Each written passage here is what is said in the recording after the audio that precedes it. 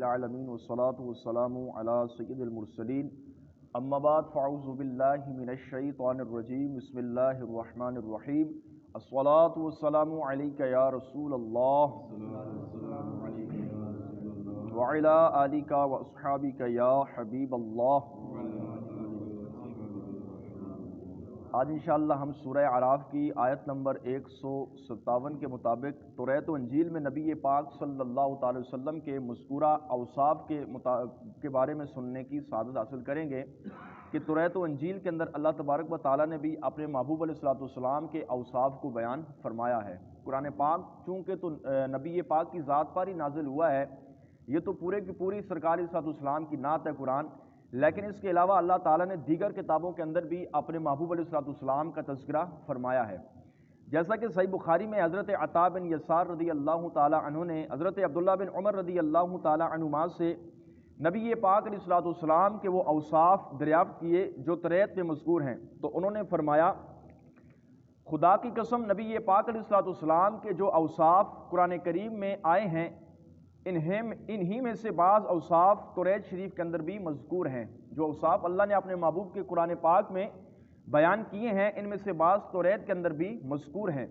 اس کے بعد انہوں نے پڑھنا شروع کر دیا، اے نبی ہم نے تمہیں شاہد، مبشر، نذیر اور امیوں کا نگہبان بنا کر بھیجا، تم میرے بندے ہو، میرے رسول ہو، میں نے تمہارا نام متوقر رکھا، نہ بد خلق نہ ہی سخت مزاج، نہ بازاروں میں آواز بلند کرنے والے ہو، نہ ہی برائی سے برائی کو دفع کرنے والے بلکہ خطا کاروں کو معاف کرنے والے ہو۔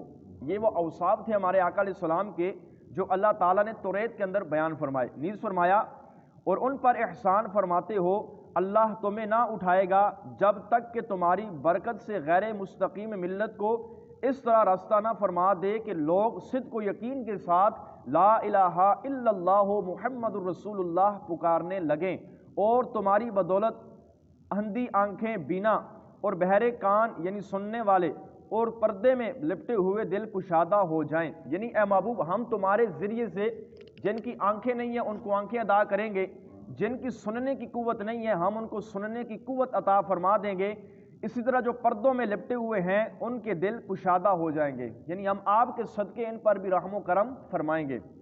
اسی طرح حضرت کعب الاحبار رضی اللہ تعالیٰ عنہ سے نبی پاک علیہ الصلوۃ والسلام کی صفات میں توریت شریف کا یہ مضمون بھی مقول ہے کہ اللہ تعالیٰ نے آپ علیہ الصلوۃ والسلام کی صفت میں فرمایا کہ میں انہیں ہر خوبی کے قابل کر دوں گا۔ ہر ایک خوبی جو دنیا کے اندر پائی جاتی ہے وہ ساری کی ساری خوبیاں اپنے محبوب کے اندر جمع کر دوں گا، اور ہر خلق کریم ان کو عطا فرماؤں گا۔ خود سرکار کے اخلاق کیسے ہیں؟ ام المؤمنین حضرت عائشہ صدیقہ رضی اللہ تعالیٰ عنہ سے کسی نے پوچھا تو آپ نے فرمایا کہ پورے کا پورا قرآن نبی پاک علیہ الصلوۃ والسلام کے خلق عظیم ہے، کمال کے اخلاق آپ علیہ الصلوۃ والسلام کے، تو فرمایا کہ ہر خوبی کو ان کے اندر جمع کر دوں گا اور اخلاق کریمہ اپنے محبوب علیہ الصلوۃ والسلام کو عطا فرماؤں گا۔ اطمینان قلب وقار کو ان کا لباس بناؤں گا، اطاعت و احسانات کو ان کا شعار کروں گا، یعنی آپ اللہ تبارک و تعالیٰ کے اپنی امت کے اندر سب سے بڑے اطاعت گزار ہوں گے، اور اس کے ساتھ ساتھ آپ علیہ الصلوۃ والسلام احسانات کرنے والے ہوں گے۔ تقوی کو ان کا ضمیر، حکمت کو ان کا راز، صدق و وفا کو ان کی طبیعت، یعنی ان کی طبیعت ہی ایسی ہوگی صدق و وفا، سچی بات کرنا اور ہر ایک سے وفا کرنا، عفو و کرم کو ان کی عادت، کوئی ظلم و ستم بھی کر دے تو اس کو معاف کر دینا، یہ ہم اپنے محبوب علیہ الصلوۃ والسلام کی فرمایا عادت کر دیں گے۔ عدل کو ان کی سیرت، انصاف کرنا آپ کی سیرت، اظہار حق کو ان کی شریعت، ہدایت کو ان کا امام، اسلام کو ان کی ملت بناؤں گا۔ احمد میرے محبوب علیہ الصلوۃ والسلام کا فرمایا نام ہے، مخلوق کو انہی کے صدقے میں گمراہی کے بعد ہدایت اور جہالت کے بعد علم و معرفت اور گمنامی کے بعد رفعت و منزلت عطا کروں گا۔ اپنے فرمایا محبوب علیہ السلام کے صدقے ہی میں اپنی مخلوق پر رحم و کرم فرماؤں گا کہ گمراہوں کو اپنے محبوب کے صدقے ہدایت نصیب فرماؤں گا، جہلیت کے اندر جو لوگ ہیں ان کو اپنے محبوب علیہ الصلوۃ والسلام کے صدقے علم کا نور نصیب فرماؤں گا۔ انہی کی بدولت مختلف قبائل، غیر مجتمع خواہش اور اختلاف رکھنے والے دلوں میں الفت پیدا کر دوں گا۔ فرمایا اپنے محبوب کے صدقے ہی جو مختلف قبائل، جیسے کہ پہلے کے قبیلے ایک دوسرے کے دشمن ہوا کرتے تھے، تو فرمایا ان قبیلوں کے دلوں کے اندر میں اپنے محبوب علیہ الصلوۃ والسلام کے ذریعے ایک دوسرے کی محبت ڈال لوں گا، جیسے قبیلہ اوس و خزرج جو تھے، ان دونوں نے ایک دوسرے کے اندر شدید لڑائی کی تھی، ایک دوسرے کے شدید قتل کیے تھے، لیکن نبی پاک علیہ السلام کی بدولت یہ لوگ پھر ایک دوسرے کے بھائی بن گئے تھے۔ پہلے ایک دوسرے کے دشمن، سخت ترین دشمن یہ دونوں قبیلے تھے، لیکن آپ علیہ السلام کی الفت، آپ کی محبت کی وجہ سے یہ دونوں آپس میں بھی محبت کرنے لگے، اور ان کی امت کو تمام امتوں سے بہتر کروں گا۔ فرمایا اپنے محبوب کی امت کو تمام امتوں سے بہتر کروں گا۔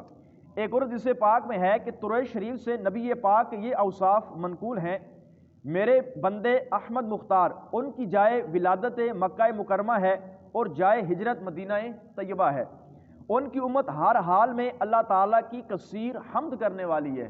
فرمایا میرے محبوب کی امت ہر حال میں مجھ خدا کی کثیر حمد کرنے والی ہے۔ حضرت علامہ مفتی نعیم الدین مراد آبادی فرماتے ہیں، اہل کتاب ہر زمانے میں اپنی کتابوں میں تراش خراش کرتے رہے، اور ان کی بڑی کوشش اس پر مسلط رہی کہ نبی پاک علیہ السلام کا ذکر جو ان کی کتابوں میں اللہ تعالیٰ نے بیان فرمایا اس کو نکال دیں۔ جیسا کہ تورات شریف ہے، انجیل ہے، اس کے اندر نبی پاک علیہ السلام کا جہاں جہاں ذکر ہوتا تھا، یہودیوں کی کوشش یہ ہوتی تھی کہ ہم اس کو بدل دیں، تو انہوں نے بدلے بھی ہیں بعض جگہ، لیکن پھر وَرَفَعْنَا لَكَ ذِكْرَكَ کا سایہ نبی پاک علیہ السلام کی ذات پر ہے کہ انہوں نے بڑی کوششیں کی، لیکن اس کے باوجود بھی وہ نبی پاک علیہ السلام کے اوصاف کو نہ مٹا سکے۔ ان کے بعد کوئی نبی نہ ہوگا، یہ تورات انجیل کے اندر بھی فرمایا کہ میرے محبوب علیہ السلام کے بعد کوئی نبی نہ ہوگا۔ یہ کلمہ کہ اپنی طرف سے نہ کہے گا، جو کچھ سنے گا وہی کہے گا۔ فرمایا ہمارے محبوب اپنی زبان سے کچھ بھی نہ نکالیں گے، جو کچھ ہم کہیں گے وہی ہمارے محبوب نکالیں گے۔ جیسا کہ فرمایا وَمَا يَنطِقُ عَنِ الْهَوَىٰ إِنْ هُوَ إِلَّا وَحْيٌ يُوحَىٰ کہ یہ ہمارے محبوب اپنی طرف سے نہیں بولتے، بلکہ جو ہم ان کی طرف وحی کرتے ہیں وہی بولتے ہیں۔ فرمایا جو ہم ان کو بتاتے ہیں وہی بولتے ہیں، اپنی طرف سے یہ کچھ بھی نہیں بولتے۔ آگے فرمایا يُعَلِّمُكُم مَّا لَمْ تَكُونُوا تَعْلَمُونَ اور وہ تمہیں تعلیم فرماتا ہے جو تمہیں معلوم نہ تھا۔ فرمایا وہ ہمارے محبوب نے تمہیں بتا دیا جو تمہیں معلوم نہ تھا، کہ نمازیں ہم نے کس طرح پڑھنی ہے، اپنے والدین کا ادب کس طرح کرنا ہے، حلال و حرام کے اندر ہم نے تمیز کس طرح کرنی ہے، تو فرمایا ہر ایک چیز ہمارے محبوب نے تمہیں سکھا دی۔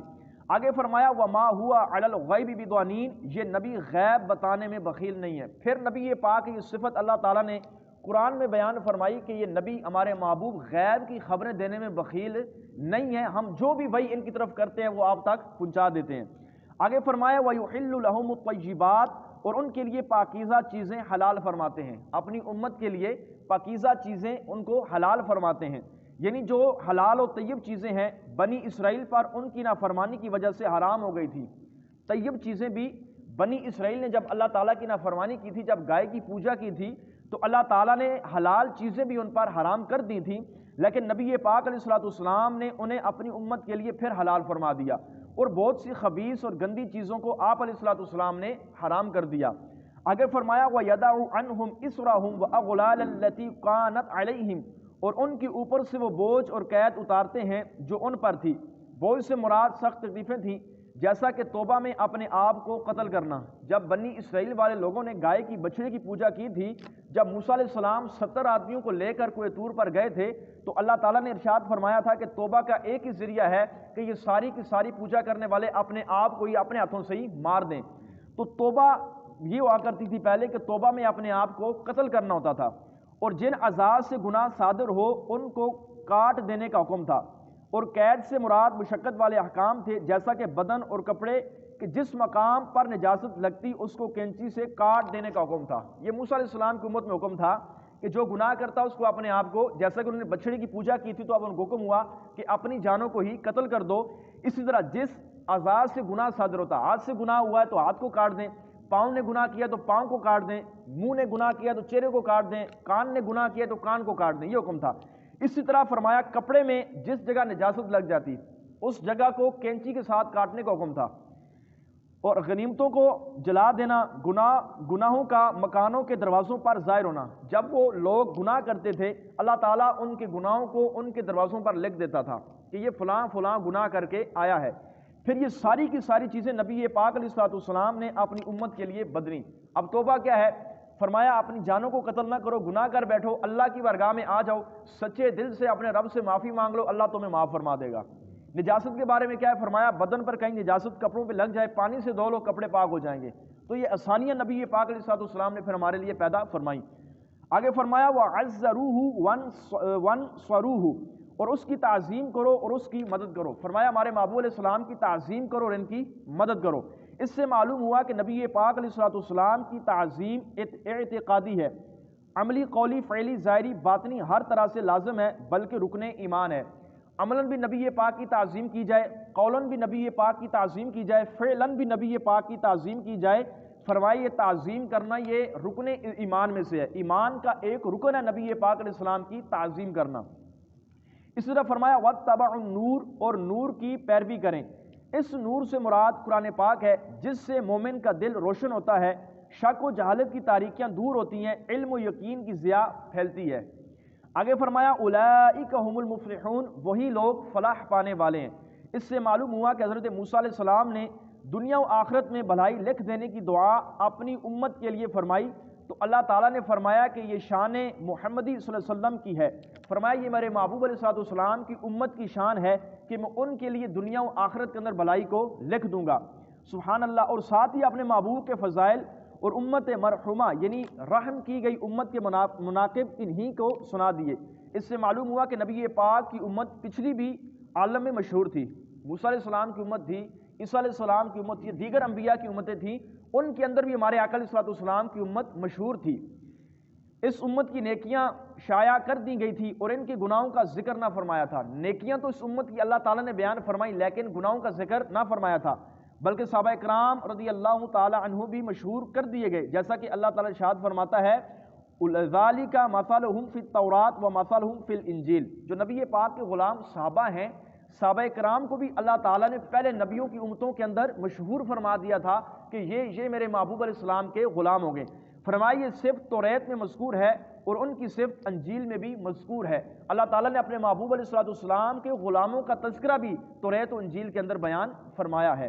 اللہ تبارک و تعالیٰ جل جلالہ کی بارگاہ میں دعا ہے اللہ تعالیٰ ہم سب کو نبی پاک علیہ الصلوۃ والسلام کی سچی پکی محبت نصیب فرمائے, تعظیم مصطفیٰ اللہ تعالیٰ ہم سب کو نصیب فرمائے. آمین بجاہ النبی الامین صلی اللہ تعالیٰ علیہ وسلم.